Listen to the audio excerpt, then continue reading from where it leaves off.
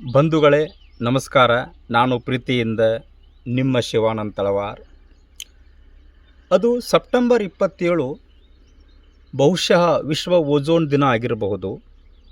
ನನ್ನ ಪಯಣ ಜಮಖಂಡಿಯಿಂದ ಬೆಂಗಳೂರಿನತ್ತ ಸಾಗಿತ್ತು. ಬೆಂಗಳೂರಿನ ಡಾಕ್ಟರ್ BR ಅಂಬೇಡ್ಕರ್ ಭವನದಲ್ಲಿ 113ನೆಯ ಜಯಂತಿಗೆ ಅಣಿಯಾಗಿರ್ತಕ್ಕಂಥ ನಾಡೋಜ ಪದ್ಮಶ್ರೀ ಸಾಲುಮರದ ತಿಮ್ಮಕ್ಕನವರ ಜಯಂತಿ ಆ ಅಂಬೇಡ್ಕರ್ ಭವನದಲ್ಲಿ ಏರ್ಪಾಡವಾಗಿತ್ತು. ಅಲ್ಲಿಗೆ ನನ್ನ ಪಯಣವೇನು ಹೆಗಲಿಗೆ ಬ್ಯಾಗ್ ಹಾಕಿ ನಡೆದಿತ್ತು. ಒಳಗಡೆ ಹೋಗುವ ಸನ್ನಿವೇಶಕ್ಕೆ ಆ ಬಾಡಿ ಗಾರ್ಡ್ಗಳು ನನ್ನನ್ನು ತಡೆದಿದ್ದರು. ಬಹಳಷ್ಟು ರಶ್ ಇದೆ, ನೀವು ಸಾಲುಮರದ ತಿಮ್ಮಕ್ಕನನ್ನು ನೇರವಾಗಿ ನೋಡಲು ಸಾಧ್ಯವಿಲ್ಲ. ಅದೇನೋ ಒಂಥರ ಬೇಸರ, ಮನಸ್ಸಿನಲ್ಲಿ ವ್ಯಥೆ. ಆ ಎರಡು ಭಾವನೆಗಳಿಂದ ಸುಮ್ಮನೆ ನಿಂತ ಒಬ್ಬ ಶಿವಾನಂದ್ ಕಡೆಗೆ ಆ ಕಾರ್ಯಕ್ರಮದ ಅಂತಿಮ ಘಟ್ಟಕ್ಕೆ ನಾನು ಕಾಯುತ್ತಿರುವ ಸನ್ನಿವೇಶವನ್ನು ನೋಡಿ ಸಾಲುಮರದ ತಿಮ್ಮಕ್ಕನವರೇ ನನ್ನನ್ನು ಕೈ ಮಾಡಿ ಕರೆದದ್ದುಂಟು. ಬಾ, ಇಲ್ಲಿರ್ತಕ್ಕಂಥ ಜನ ಎಲ್ಲ ಫೋಟೋಕ್ಕೆ ಪೋಸ್ ಕೊಡಲು ಬಂದಂಥ ಜನ, ನೀನು ಗಿಡವನ್ನು ನೆಡಲು ನನ್ನ ಕಡೆಯಿಂದ ಆಶೀರ್ವಾದ ಪಡೀಲಿಕ್ಕೆ ಬಂದಿರತಕ್ಕಂಥ ಒಬ್ಬ ಖಾಲಿ ಜೇಬಿನ ಮಜನು ಅಂತ ನನಗೆ ಸ್ಪಷ್ಟವಾಗಿ ಹೇಳಿದ್ದು ಇವತ್ತಿಗೂ ಆ ಕಿವಿ ನನ್ನ ಧ್ವನಿಯನ್ನು ಮತ್ತೆ ಮತ್ತೆ ಮರುಕಳಿಸ್ತಾ ಹೇಳುತ್ತೆ.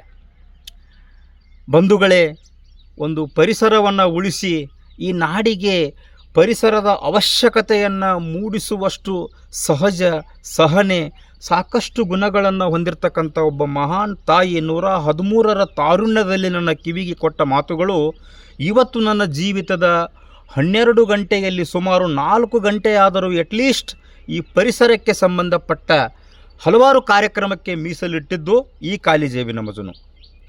ಬಂಧುಗಳೇ, ಇವತ್ತು ರಾಜಕೀಯ ನಾಯಕರು ಸಾಕಷ್ಟು MLAಗಳಾಗಿರಬಹುದು, MP ಗಳಾಗಿರಬಹುದು, ಯಾವುದೋ ಒಂದು ಪ್ರಾಥಮಿಕ ಸೊಸೈಟಿ ಸಂಘಿನ ಅಧ್ಯಕ್ಷರಾಗಿರಬಹುದು, ಅಥವಾ ಗ್ರಾಮ ಪಂಚಾಯಿತಿ ವ್ಯಾಪ್ತಿಯಲ್ಲಿ ಬರ್ತಕ್ಕಂಥ ಅಧ್ಯಕ್ಷ ಸದಸ್ಯರಾಗಿರಬಹುದು, ಪರಿಸರ ದಿನಾಚರಣೆ ಜೂನ್ 5 ಇದು ವಿಶ್ವ ಪರಿಸರ ದಿನಾಚರಣೆ ಅಂತ ಹಚ್ಚಿದ ಟೊಂಗೆಯನ್ನು ಕಡಿದು ಆ ಟೊಂಗೆಯನ್ನು ಪ್ರದರ್ಶನಕ್ಕಿಟ್ಟು ಅದಕ್ಕೆ ನೀರಿಟ್ಟು ಅದನ್ನು ಎಸೆದು ಇದೇ ಪರಿಸರ ದಿನಾಚರಣೆ ಅಂತ ಕೂಗಿ ಹೇಳಿದ್ದುಂಟು.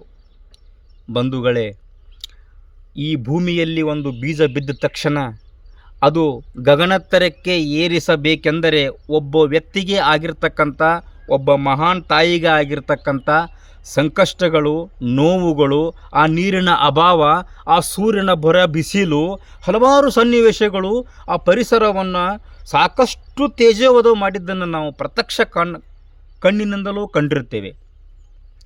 ಏಕೆಂದರೆ ಈ ವಿಶ್ವ ಪರಿಸರ ದಿನಾಚರಣೆ ಅನ್ನೋದು ಮನುಷ್ಯನ ಅವಿಭಾಜ್ಯ ಅಂಗ.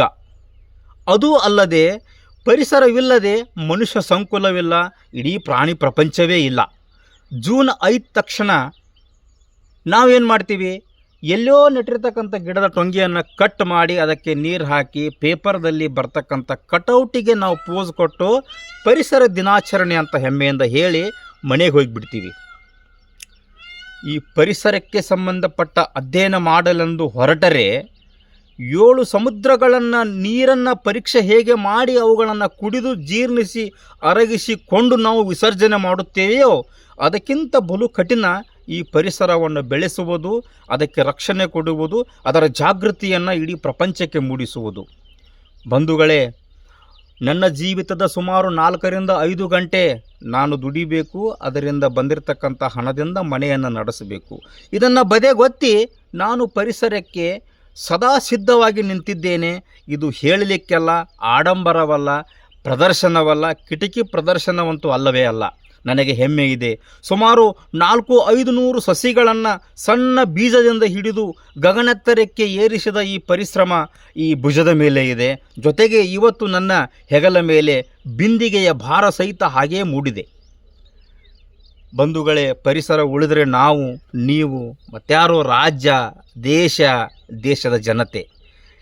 ಯಾವತ್ತು ಗಿಡಕ್ಕೆ ಒಂದು ಹಾಕುವ ಕೊಡಲಿ ಏಟು ಮನುಷ್ಯ ಸಂಕುಲಕ್ಕೆ ಬಿತ್ತು ಸಂಕಟ. ಬಂಧುಗಳೇ, ಈ ಪರಿಸರ ಅನ್ನೋದು ಒಂದು ಸಣ್ಣ ಮಗುವನ್ನು ಹಿಡಿದು ಆತನ ಲಗ್ನ, ಆತನ ವಯಸ್ಕ ಇರಬಹುದು, ಅಥವಾ ಆತನ ಯಾವುದೇ ಒಂದು ಅಧಿಕಾರ ಆಗಲಿ, ಆ ಮನೆಯಲ್ಲಿ ಆತನ ಜವಾಬ್ದಾರಿ ಹೇಗೆ ಬರೋ ತನಕ ನಾವು ಆ ಮಗುವನ್ನು ಒಬ್ಬ ವಯಸ್ಕನ ಹಾಗೆ ನೋಡಿಕೊಳ್ಳುತ್ತೇವೆಯೋ, ಸಸಿಯನ್ನು ಸಹಿತ ಹಣ್ಣು ಕೊಡುವ ಸಮಯದ ತನಕ ಅದು ವೃಕ್ಷವಾಗಿ ಹೊರಗೆ ಬೀರುವ ತನಕ ನಾವು ಅದರ ಬಗ್ಗೆ ಎಲ್ಲಿಲ್ಲದ ಜಾಗೃತಿ ವಹಿಸಿದರೆ ನಾವುಗಳು ಇವತ್ತು ಜಾಗ್ರವಾಗಿ ತಿರುಗಾಡಬಹುದು. ಬಂಧುಗಳೇ, ವಿಶ್ವ ಪರಿಸರ ದಿನಾಚರಣೆ ಬೆಂಗಳೂರಿನ ಕತೆ ಎಲ್ಲಿಗೋ ಬಂದು ತಲುಪಿತ್ತು.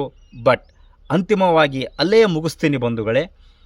ಅವತ್ತು ಸಾಲು ಮರದ ತಿಮ್ಮಕ್ಕನವರ ಪಾದಗಳಿಗೆ ನನ್ನ ಹಣೆ ಹಚ್ಚಿ ನಮಸ್ಕರಿಸಿದಾಗ ಆ ತಾಯಿ ನನ್ನ ತಲೆಯ ಮೇಲೆ ಕೈ ಇಟ್ಟು ಆಶೀರ್ವಾದ ಮಾಡಿದಾಗ ಆ ಕೈಯನ್ನು ಗಟ್ಟಿಯಾಗಿ ಹಿಡಿದು ನೋಡ್ತೀನಿ.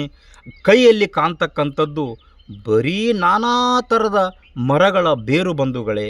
ಕೈ ಒಳಗೆ ಹಣ ಇಲ್ಲ, ವಿದ್ಯೆ ರೇಖೆಗಳಂತಿಲ್ಲ, ಸಂಪತ್ತಿಲ್ಲ, ಧನ ಧಾನ್ಯವಂತೂ ಮತ್ತೆ ಇಲ್ಲವೇ ಇಲ್ಲ. ಆದರೆ ಆ ಸಾಲು ಮರದ ತಿಮ್ಮಕ್ಕನವರ 113ನೆಯ ಜಯಂತಿಗೆ ನಾನು ಹೋದಾಗ ಆ ತಾಯಿ ನನ್ನ ಶಿರದ ಮೇಲೆ 2 ಕೈಗಳನ್ನಿಟ್ಟು ಆಶೀರ್ವಾದ ಮಾಡಿದ್ದಾಗ ನನ್ನ ಕೈಗಳಿಗೆ, ನನ್ನ ಕಣ್ಣುಗಳಿಗೆ ಪ್ರತ್ಯಕ್ಷ ದರ್ಶನವಾಗಿದ್ದು ಆ ಸಾಲು ಮರದ ತಿಮ್ಮಕ್ಕನವರ 113ನೇ ಇಳಿ ವಯಸ್ಸಿನಲ್ಲಿ ಅವರ ಕೈಗಳಲ್ಲಿ ಕಂಡಿದ್ದು ಪ್ರತಿಯೊಂದು ಮರದ ಬೇರುಗಳು. ಬಂಧುಗಳೇ, ಭಾರತ ಸರ್ಕಾರ ಅವರಿಗೆ ಪದ್ಮಶ್ರೀ ಪ್ರಶಸ್ತಿ ಕೊಡುತ್ತೆ. ನಾಡಿನಾದ್ಯಂತ ಪಠ್ಯ ಪುಸ್ತಕಗಳಲ್ಲಿ ಸಾಲು ಮರದ ತಿಮ್ಮಕ್ಕನವರ ಪಠ್ಯವನ್ನು ಇಡುತ್ತೆ. ಇವತ್ತು ಹಲವಾರು ಭಾರತೀಯರು ಯಾವುದೇ ರಾಜ್ಯದ ಅಥವಾ ಶಾಲಾ ಶಿಕ್ಷಣದ ಪಠ್ಯ ಪುಸ್ತಕಗಳಲ್ಲಿ ಸಾಲು ಮರದ ತಿಮ್ಮಕ್ಕನವರ ಪಾಠಗಳನ್ನು ಅಚ್ಚುಕಟ್ಟಾಗಿ ನೀಡಿದ್ದಾರೆ.